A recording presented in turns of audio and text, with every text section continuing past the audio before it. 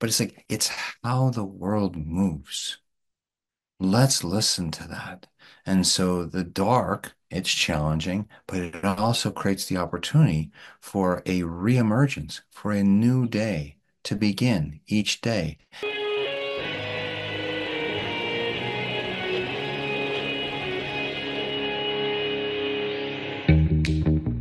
Welcome to Back to the Future podcast. My name is Victor Sadia, and I talk with brilliant minds and hearts of people who want to uproot and transform the current health and wellness paradigm.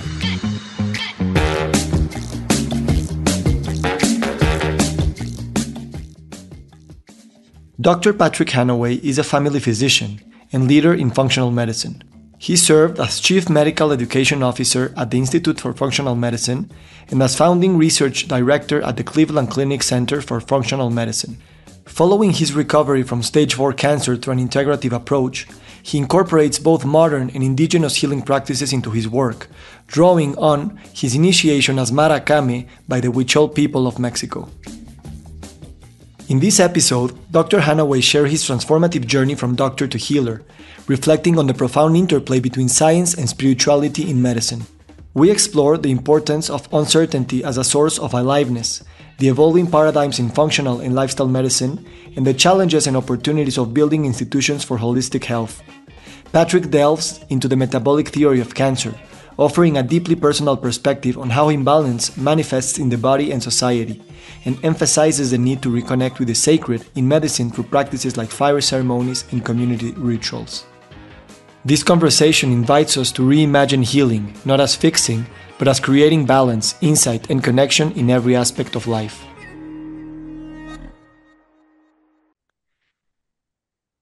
Good morning, good afternoon, good evening. Today we have Dr. Patrick Hanaway. Patrick, thank you so much for being here. Thank you so much, Victor.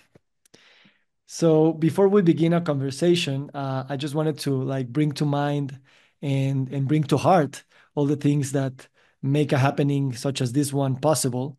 You know, the amount of beings that live in us, through us, that we are them, and that these magical things that we don't comprehend really make us who we are and allow this interconnection possible. So I honor that. And I will also like to invite you to say a few words on that magical thing that happens and allows for us to keep creating magic. Hmm. Well, we've had a little bit of this conversation, and for me, it's not so much magic. It's like it's all magic, and in that way, but it's not magical at all. It's the way life is and unfolds, and it's about the relationship to all of those beings, to the microbes within us, the microbes within the earth that help to give us the food, the beings that provide water and rain and the sun, the light, and the opportunity to live, and having gratitude for being able to be in this world. I mentioned to you one time, I said the line from a song, it says an even better magic trick is that anything is here at all. So yes, gratitude for being able to connect today in this way. Thank you. Thank you. And I feel honored to be your friend. I think we have connected in such a powerful way, and I appreciate you for allowing me to be me in front of you. And I also want to thank myself in that sense for being brave and to send you a text and invite you to this conversation. um, I wanted to begin with a question regarding your little when you were a little kid, uh, little Patrick that knew that he wanted to be a doctor. Like he always knew that he wanted to be a doctor. Where does that came from, and how do you see that little Patrick? Um, what were his expectations when he said that he wanted to be a doctor? Mhm.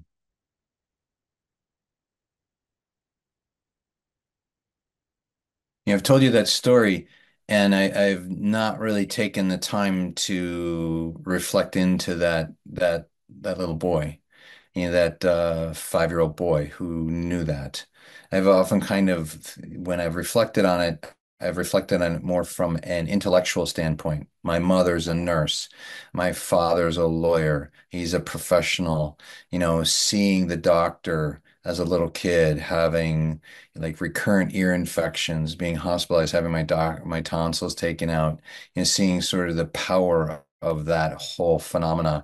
I'm sure all of those things informed it, but I also think it was informed by something, deeper and before that, something karmic, if you will, that informed service, and being of service. And I found out, like, in my journey with cancer, that I needed to be in order to value myself, I needed to be valued by others, and that became a conduit for doing that. I mean, so there's actually a shadow side to it as well. And so it's many different aspects that are there. But all I knew was I wanted to do that. And in a typical way of, let's say, in the mid 60s, for Christmas, I got a microscope, and it's like thinking about it as science and relating to all of medicine as science and technical, rather than in relationship. And that's been the learning of a lifetime is about relationship to myself and each other and all beings and the sacred. I was in a retreat a few months ago, and it struck me at one moment where I was seeing the retreat facilitator engaging with the group in a very healing session. And I had this feeling of, oh, I would love to be able to do that, right? Almost as if it were like a calling, a karmic calling. And it's funny because it's not to be the healer, but to be able to create a space for healing to happen. That was more of the calling rather than the profession or the title or the leader of the retreat. And I'm thinking about this Patrick as a kid who did see that as a title, as being similar to its parents, but at the same time, this deeper calling to probably provide some sort of healing. And I think you make a very good distinction, or I should say, even an evolution of the word doctor to healer, where you are allowing yourself to call yourself a healer by your own definition, right? What are these instances where which are the words that you relate to being a healer, and why do you choose also that identity, and you keep evolving it? Hmm. Well, the word doctor, is, like from the Latin docere, to teach and to do that. And I certainly have done that, have had in my career the awareness of that when I share what I have learned in my perspective with my colleagues and they apply it, they have benefits as well. So I began to learn that, oh, there's something there that is beyond just me and that relationship, with an individual. And so I spent a lot of time, 25 years, working with that craft of teaching and bringing forward as well. But as I shared, at the beautiful conference we had in October, the journey for me also was one of being called to a system, an approach, that a view that was about how to help my people be whole, be complete, body, mind, spirit, all those aspects together. And that's not what Western medicine is about. And I have a view that I don't think Western medicine can get there. I think it has to move into a much broader view in order to be able to incorporate wholeness into it. And so that word is the most important one. And the other word is about then relationship and connection. But it's not relationship just to the individual, it's relationship to the living world and being aware of and present with its communicating and talking all the time, all the time.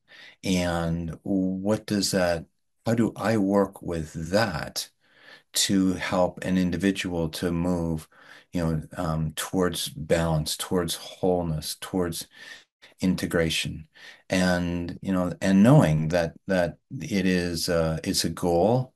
It's not an endpoint. It's a journey that we're on, and it's not like, oh, ding, I rang the bell, I'm whole, done, game over.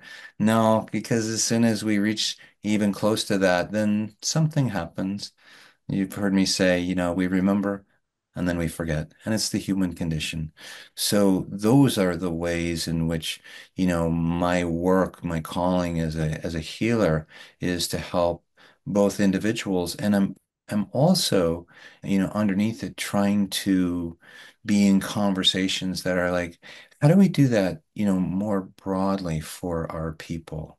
How do we give a view that is around the social conditioning is one that we also have the opportunity, in fact, the need to move through, because our people right now are in a very difficult time, and there's a lot of fear, and there's a lot of reactivity in that fear that's going on. And that's not going to help us to be in a place of wholeness and acceptance and balance of all of our emotions as they arise. That's the way in which the world works.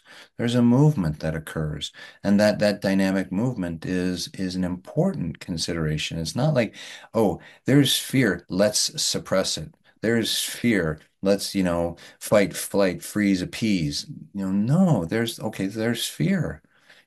Being present with that, but allowing that to emerge into courage, to allow that to go forward. Like, it's hard to do, but it's actually important, and it's part of the human condition. We can look back and say, like, wow, it seems like it's really hard right now. And, I imagine that if people, from 2 or 3 thousand years ago were looking at what we have, they'd be like, what do you mean? It's like you got food, you've got clothing, you've got shelter, you've got opportunities, you've got all of these things that you're taking for granted. And, there's not a, saber-toothed tiger at the door who's already eaten half of your family and is ready to eat the rest of it. Like, we still live in times where there's unbelievable abundance. And I love the word abundance in the Saligi or Cherokee tradition, in learning from them, where abundance means having enough. That's very different than my Western view of abundance. Yeah. Yeah, abundance has a connotation of quantity, of a lot of something. Right. Mhm. I love that too. And let me ask you this. How does that calling to be a healer, to bring wholeness to your people, feel in your body? The calling itself. How does that feel in your body?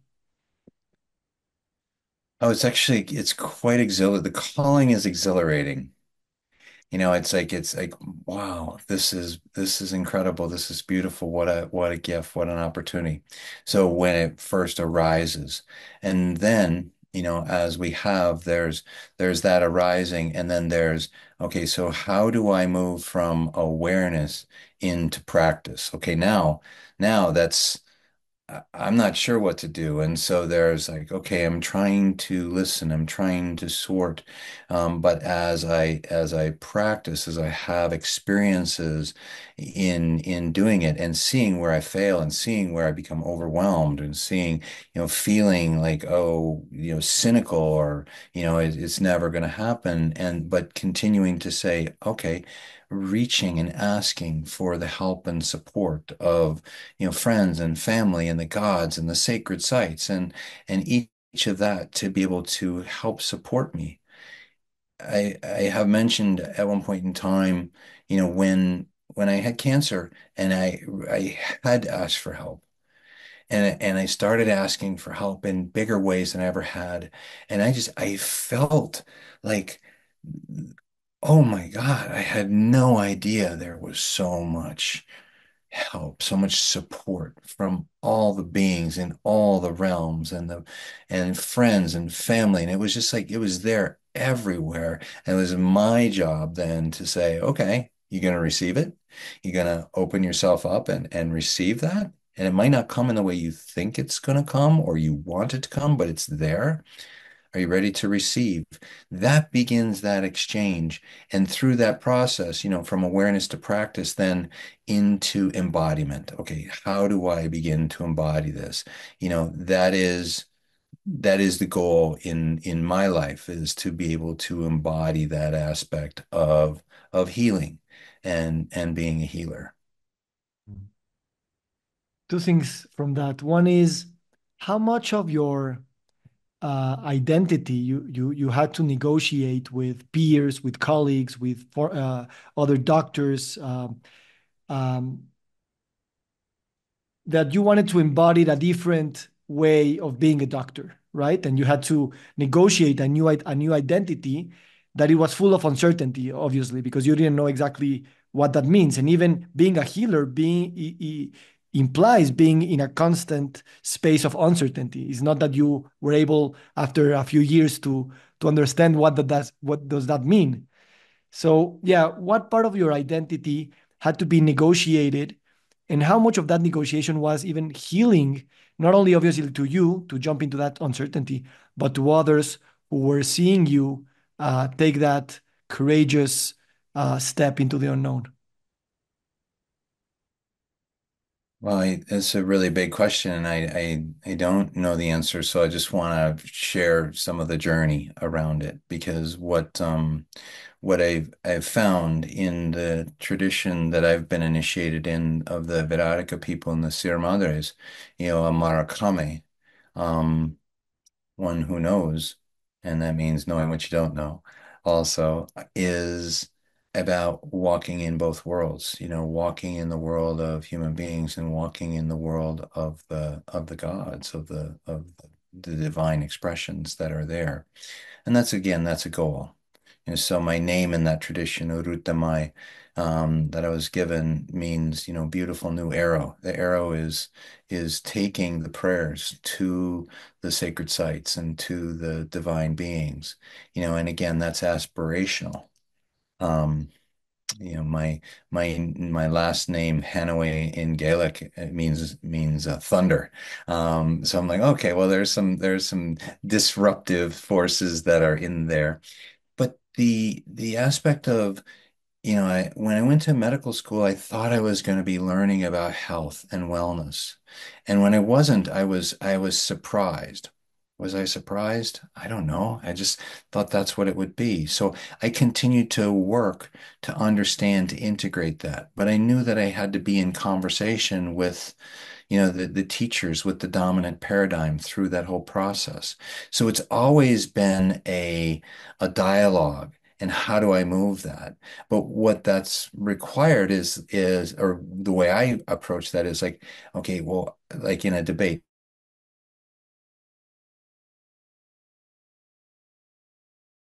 so then I can actually have a conversation and it can grow. That's a different view. But so then I went to I worked in the CDC and I did scientific research and I went into family medicine and then worked in the pueblos in New Mexico and the doctors there who I respected so much who'd been doing this work for 15 or 30 years and I was fresh out of my training and they said, oh, if you really want to learn, you need to go to the bush, what they call in the United States, the bush, in that setting. And so I moved to the Bering Sea, with my wife and my 6-month-old child. And and we worked there, and it was very difficult. And I learned so much about myself and about people, and I learned how to be, like the best doctor, and I needed that so that I could leave it behind. It's like I can do that, and I don't want to do that. I want to do something that focuses on health and well-being and taking time and listening to people. And so there was stepping out, but I never stepped out so far as to point at the others and say you're doing it wrong. It's like this is an additional view on top of what you do. And it's integrating things and being in conversations. And, I found that some conversations, with local doctors, they're like, oh, you're practicing witchcraft or voodoo, even as functional medicine. But I could have a conversation with the head of gastroenterology or ophthalmology at Harvard, and they'd be like, "Oh, you're right. You totally understand this, and let's work together." So I'm like, "Okay, well, this is interesting. There's different people, different relationships, and it evolved."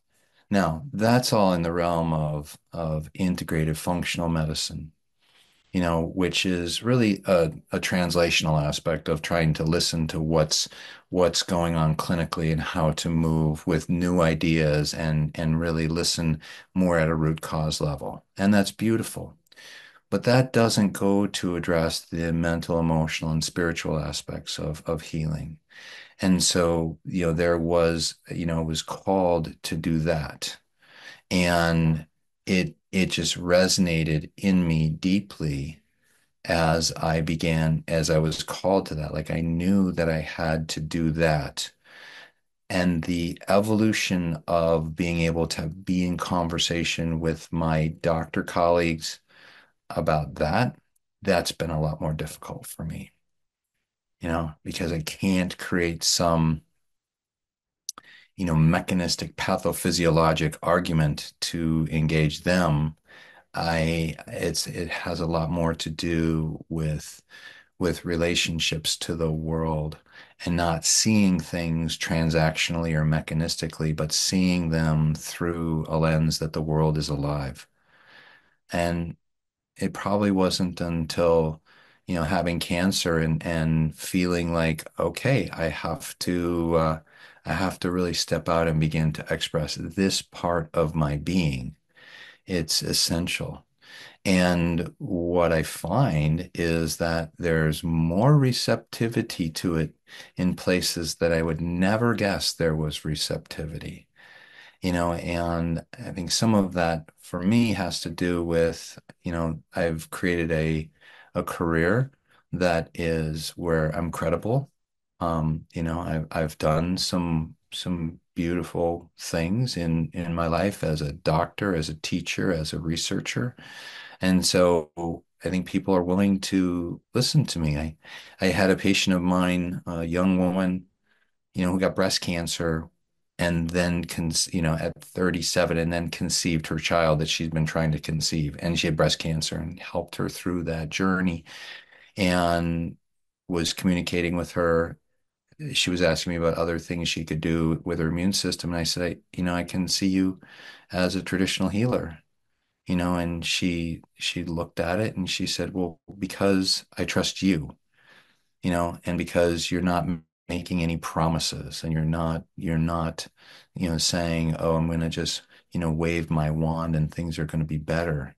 But you really are talking about, sort of some people who use the word shaman, this Siberian term for the traditional healer. There are, tea shamans. There are shamans who go to a ayahuasca workshop on a weekend and they think that they have a full understanding of healing. No, it's about deepening the relationships and being able to then be in exchange so that there's sacrifice. Hmm. When we were at dinner a few weeks ago, we were talking about the English language and how we don't have the words to convey a lot of the things that we feel and know they are there, but the language doesn't allow us for for a full expression of that. Um, and I'm thinking also about institutions, right? You talked about functional medicine and how it's a translational aspect to bring this more whole understanding of health to a practice, a clinical practice. However, I do see sometimes that the institution, let's say an institution of functional medicine who gives degrees and gives lectures and gives CMEs to students, in a sense, operates by the same mechanistic logic of academic, scientific, clinical work. And even when the content wants to show something that it's deeper, that it's not explained by the regular conventional models, the format precludes it to do so, right? Like a language. I know that we cannot jump from a regular school to something unimaginable right now. We need to take steps in that direction. Um, what would be your dreams for the future institutions of these, let's say, critical movements that are changing the way we view health in the clinical side? I'm talking about functional medicine, lifestyle medicine, and coaching and other things.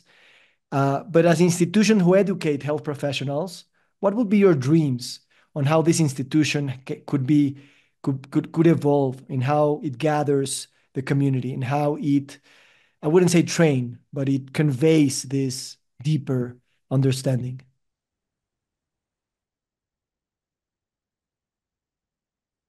Well, I think one of the big issues is in relationship to trying to be validated within the medical paradigm means that your focus becomes medical, becomes mechanistic, becomes transactional in the process of it. And so, like we focus on physiology and pathophysiology and imbalances and understanding that. And there's no doubt that there's value in that and value in being able to work with our foods, our exercise, movement, sleep, our response to stress in ways that will balance the physiology and help the person to become more whole in ways that are actually proven to be much more effective than drugs. Drugs will suppress the symptoms, but they don't actually help people to live longer, healthier, happier, more joyful. So that's there. Like that's the minimum. But so we're working within a medical paradigm to be able to justify that. But the medical paradigm is really focused on it grows as people are sicker, and it shrinks when people are healthier. So there's no real health care paradigm. There's a disease care paradigm that does very well financially as business models in this situation. They speak of traditional Chinese medicine in the past that the doctor in the community was paid when people were healthy, and he didn't get paid when people were sick, which makes sense. It's like, well, they have money when they're healthy. They don't have money when they're sick. They're not working, but that's a true prevention model that goes on.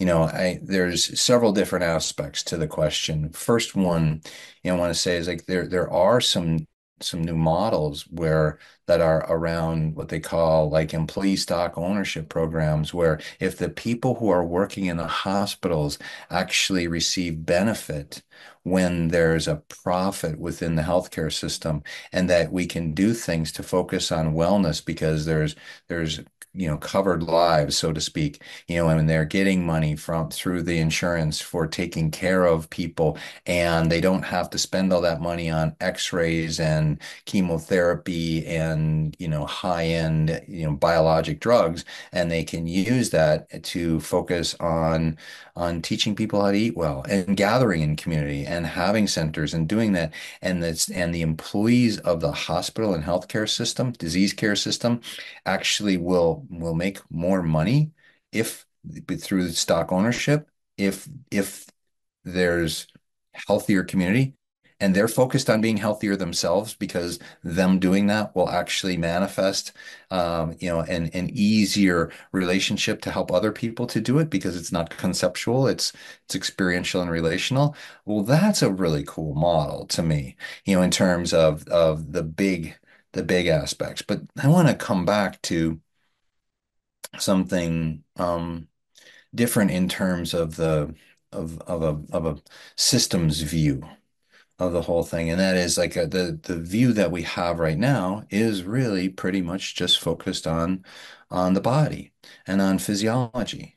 So where do we begin to look at what's going on with the emotions, with the thoughts, with the connection to spirit or the sacred, in whatever denomination you want to say.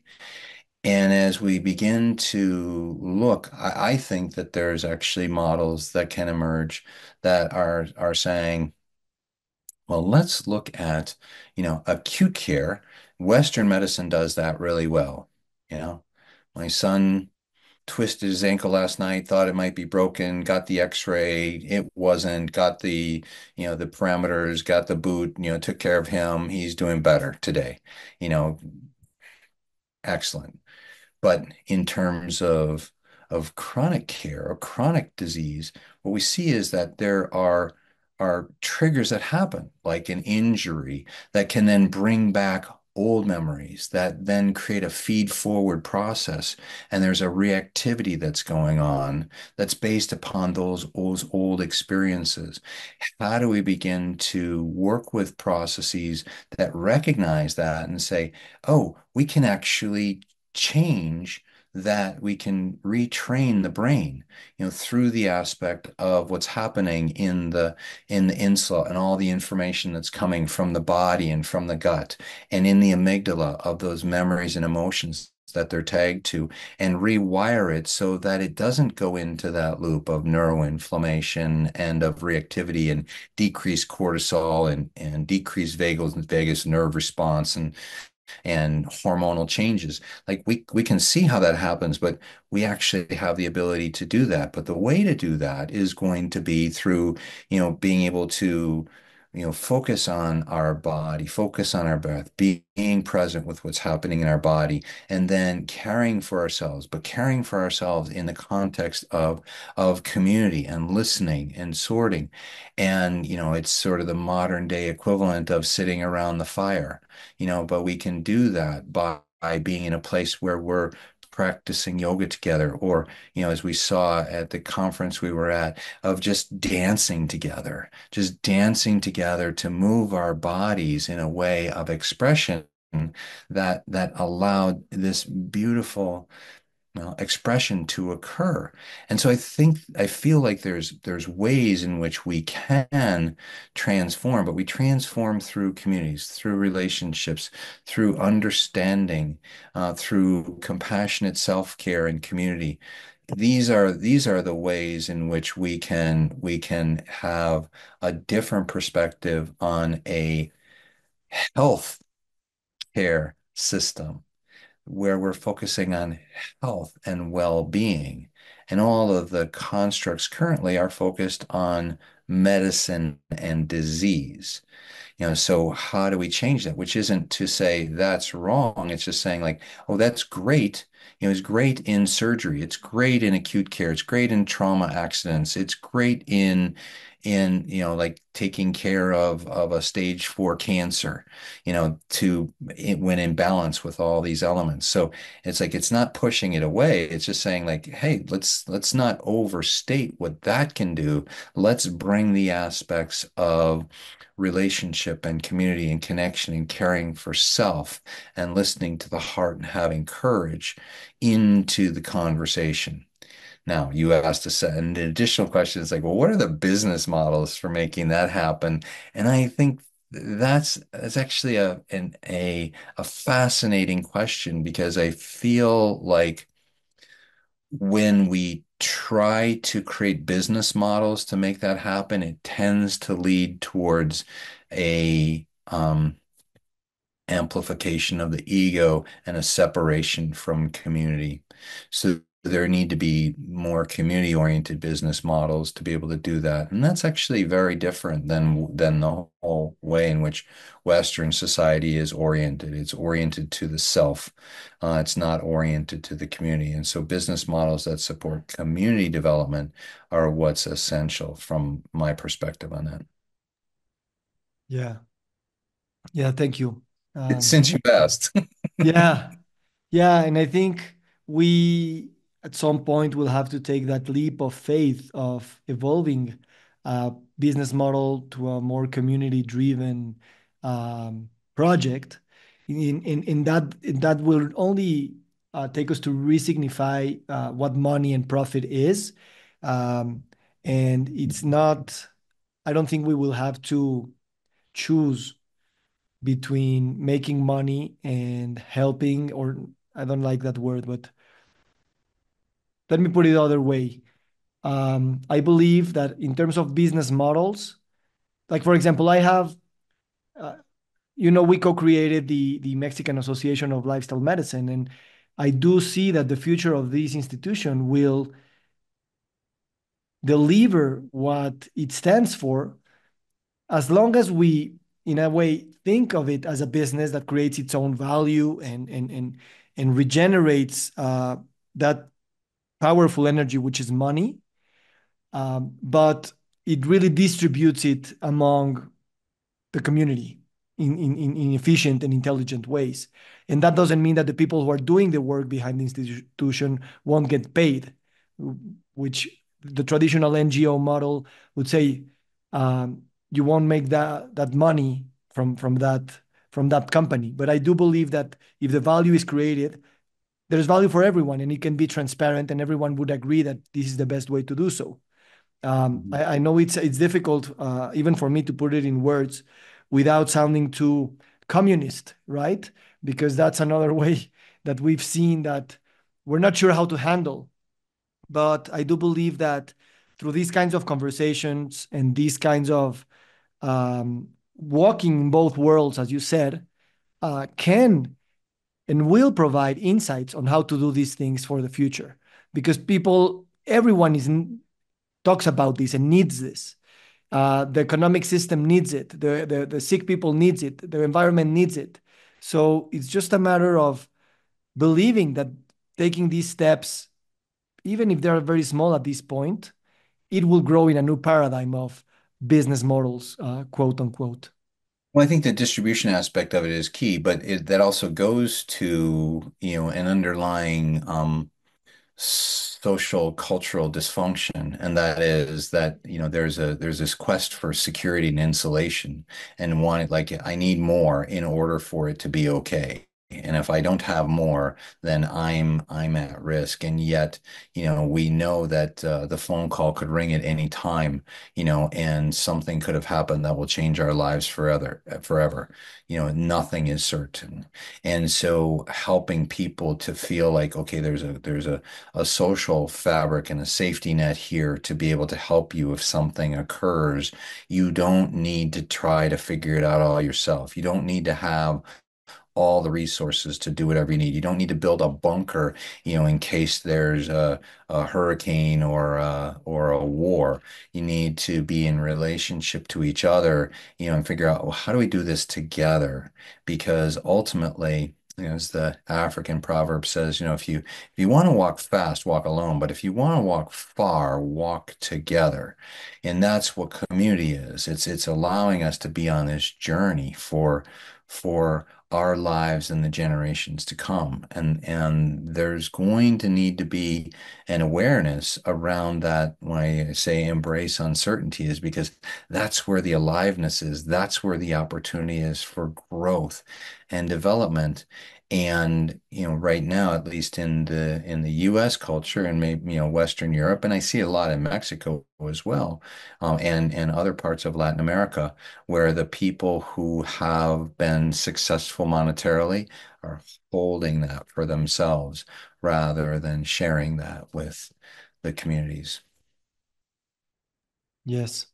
Yes. And this, I think, takes us to the topic of cancer, because, in a sense, cancer has also been described as this disease of isolation and a disease of atomism and individualism, and of not understanding that we have been forever always interdependent. Like you were talking about asking for help when you started your cancer journey. And asking for help is just the realization that you have been always been receiving help. And for some reason you believe that you didn't, and that you were you were your own maker of good things rather than relying on everything. Um, and in that sense, well, yeah, let me ask you this. It's a bit a personal question, but I haven't really heard you talk about why do you think, and respond however you want. Why do you think you got cancer? And I'm not trying to be reductionistic or, oh, it was because I ate too much this or that, or, but what's the story you've been telling yourself about why Dr. Patrick Hanaway had stage 4 cancer? Um, yeah.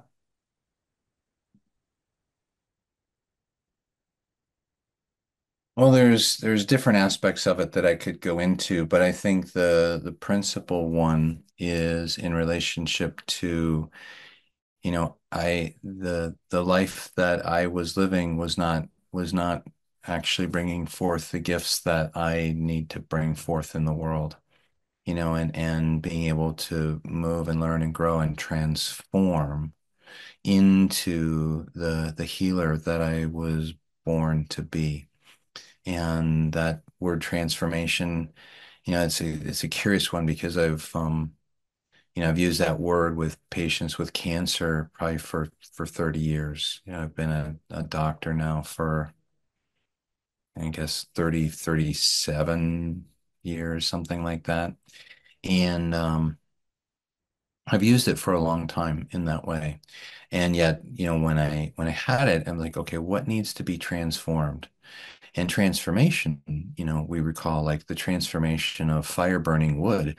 Well, when it's transformed into heat and light and opportunity for people to gather, it never becomes wood. It is like, oh, wait, I'm just going to do it part way. Transformation is like it's a complete change, that's going on, and that's the process that I'm in. But that's what I felt like the the question was being called. Are you gonna move in that direction, or are you gonna stay with the view that feeds your ego? You've made some money, people know who you are, they like you, all things look good, but it's not the depth of who you are, and Patrick, that you're hiding something, and and bring it forth, and I'm learning how to do that, and sometimes I do it, and sometimes I forget, and sometimes I get caught back in old patterns.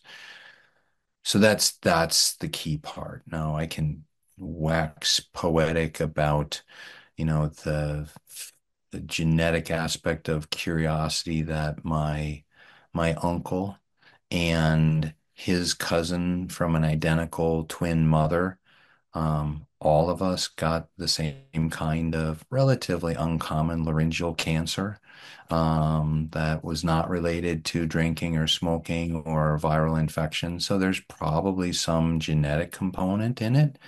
But is it genetic or is it generational? Is it transgenerational? Is it epigenetic? Is it, like there's a lot there also, but I'm gonna, I could focus on that, but there's really no value in focusing on that other than coming back to that aspect of living my life in a way that is listening in relationship to my true essence, something that goes back to your first question. I think it's been there all along. It gets articulated through the dominant culture and paradigm, but there was a knowing that was there. And for me, I've had multiple barriers put in the way of like, oh, you're not smart enough, you're not good enough, you're not X or Y or Z enough to be able to, become a doctor or do this. And each one of those barriers, it was like, oh, I'm gonna prove you wrong. I know that I can do this.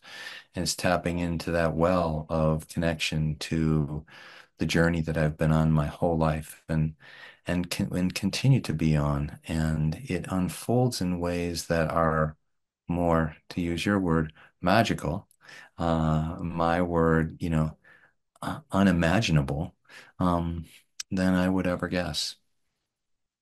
Beautiful. Thank you so much for sharing that. I know it's as intimate as it can be, and at the same time is almost universal. And I think we all hear ourselves in your words and see ourselves in your eyes. There's a humble hope that I have when I started researching about the metabolic theory of cancer and understanding this cancer cell as a cell that in a sense goes rogue out of the systemic interdependent relationship and begins to gather things for itself, right? Um, and then isolate and then destroy the host that gave him life in the first place, meaning the cancer cell. And the hope is also to see this as a metaphor, but also as a literal mirror of our behavior as social beings and as humans who are walking on this earth, also taking everything for their own survival. And that's how we call it, right? We talk about abundance, but it's exploitation, right, of our own body. Um, so my hope is to I think cancer can be a powerful way because it's such a it is a thing that calls so many emotions that resignifying cancer towards this narrative of social and environmental aspects of it, not only the metabolical, genetic, whatever, but also on the big realm, to see it more as this re-recognition of the interdependence and that the stagnation that we've been doing for the past hundreds of years as civilization of not really taking the call for transformation and burning that wood will end up killing us without being frivolous, just logical, right? Um, Myself, I was very scared of the word cancer. And as I started reading from many ways and many aspects of what you could call cancer in the physical body of the person, but also in the environment, in society, I see a true potential there to alchemize that word and to see it not as a foreign invader or as a curse, but rather something that we have done for ourselves, that we are that cancer. And that's not it's not a bad thing. um, um, I know it's odd, but it can be understood not as a bad thing if we take that call, if we burn, right? Right. I know I'm jumping all over the place, No, you're not. You're not. but yeah. And where I go with that is, there's at the individual level, if you will, the cancer whisperer, like, talking to the cancer. What is it? What is your role in my life? What are you teaching me? Like that's then relating to it as an imbalance that is instructive. It's on the dashboard of life. It's saying, okay, hey, there's a big issue here, come and look at it and pay attention to it and bring it back into balance, as opposed to the Western metaphor of like, well, let's wipe it out and kill it. It's bad. And the same thing then happens at the level of Western culture, of culture itself. That's like, okay, so there's an indication of this growth of things that are out of balance. And what are the messages that are coming? The messages of climate change and hurricanes and weather changes and heating and the changes of cancer that's persisting and the changes and the persistence of heart disease that are there. These are all indicators that things are out of balance. And so we look at them as individuals, and it's also necessary to look at them as a culture to say, well, what are the things that we are doing that are leading to this imbalance, and how do we work to bring that back into balance? Because cancer's a teacher for us. It's telling us something that's going on, and it's actually pointing in the direction of where we need to go if we are willing to listen, as opposed to opposing it, creating it as an us and them dynamic, which is so often happens in medicine these days, where it's about, well, the symptoms are the problem. Let's make the symptoms go away. Let's make the cancer. Let's put a piece of tape over the dashboard light that's telling us that the engine needs looking at, and say, as long as we're not seeing that, then everything is okay. It doesn't work that way. We need to be listening to our body. We need to be listening to the earth and what it's telling us in this way. Yes, thank you, Patrick. And in that sense, I've been thinking a lot about grief and grieving, and been thinking a lot about this. You said we live in these difficult, dark times, and also, as well as with cancer, see the need for dwelling in in the dark. It's, in traditional hero's journey, conventional Harry Potter and Star Wars, the dark is the thing you want to avoid. But there's a lot of wisdom in spaces of decay, in spaces of dying, in spaces of uh, uncertainty and silence, right? So I'm also thinking a lot about this and how to re-signify these words, these concepts, these worlds that medicine and wellness and these beautiful words, even the anti-aging movement is like, let's not age, right? Let's not die. So we're doing all these things, but unconsciously we are dividing the world in two, in the black and the white, the good and the bad. And we're just trying to run away from that dark part. And I think that in medicine and even our own life, um, re-engaging with the dark energies can also be regenerating and very needed at a point like this in time, in political, social, and environmental history. Absolutely needed, absolutely needed. And in that way, it's like the soul requires that time of darkness and introspection. Just as day goes into night, the world needs the night in order for that regeneration to occur. And we can focus on sleep studies that are around deep sleep and the glymphatic system of moving things forward, and we can create all kinds of understanding of physiology and pathophysiology to justify it. But it's like it's how the world moves. Let's listen to that. And so the dark, it's challenging, but it also creates the opportunity for a reemergence, for a new day to begin each day.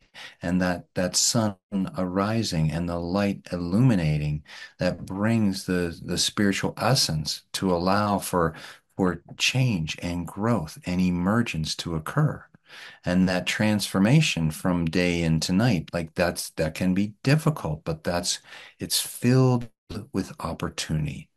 And so, we go to old poets and philosophers for thousands of years talking, about that aspect of the darkness is necessary for the regeneration to occur.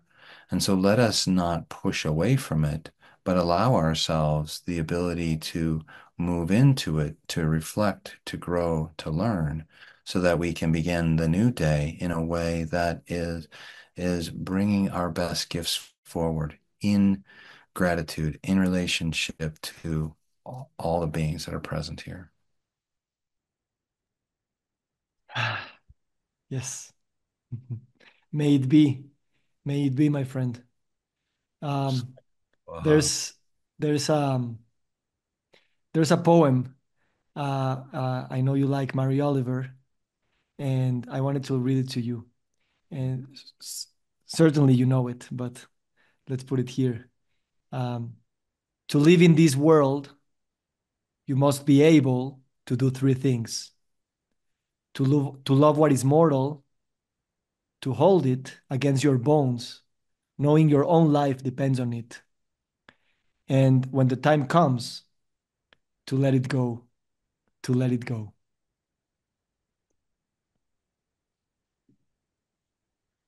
So And we yes. think we think about that as life. the arc of one's life, but that happens many, many, many, many times inside one's life Mhm. where that is unfolding. And that's to me the beauty. It's like reincarnation isn't just talking about one lifetime. It's talking about like how many Patricks have lived in this body, in this life, and which which gives me great hope and optimism for my own life and for the future. Like we have the ability to be able to transform, to be able to see and do things in a different way. And in fact, we have to right now. So we're being faced with challenges that are bigger and more incredible and more imposing. But that's the way that human beings have done things for a long, long time. Yeah, So and here we this is are what again. powers us. Like we life is this, you know, apoptosis is just dying and rebirthing continuously every second, in our bodies, in our environmental, yeah, in the environmental world and everything. So yeah, I think that that relocates what medicine also should strive for in that regard, on how to take care of health, and create health and be salutogenic, but involving death at all times, and welcoming death at all times. So yes, thank you for reflecting that back, and for being courageous to talk about this also as a healer and as a doctor, because these are things that we usually leave for rabbis and priests and shamans, and I think we need to reclaim our right to talk about these things in medical scientific realms. Mhm. I agree. And in many ways, I have to do this now. Thank you for giving me the opportunity, for having the courage to step in to say, hey, here's a conversation that's not being held. Um, let's have this conversation. And I so appreciate you, Victor, for your your willingness, your courage to be able to step in and do that. Mm. Thank you, my friend. Thank you for guiding me and accompanying me, and just giving me a smile, to say that that's what we should all be doing. So I really appreciate you. I am very honored to be with you, and I'm very grateful for life, that connected me to you and to Lisa. And I just hope that we keep creating this. Um, I wouldn't say magic. I'll just say this dance of things that we don't understand, and that we probably don't want to understand fully. Yeah, well, it's not about our mind understanding them. It's about just feeling them and having, gratitude and thanks, for the incredible opportunities and this one precious life that we Mm. have. Thank you, my friend. I wish you all the best, and I'm sure we'll be dancing. We'll be dancing. Thank you, dear friend, Mm. and be well. Thank you.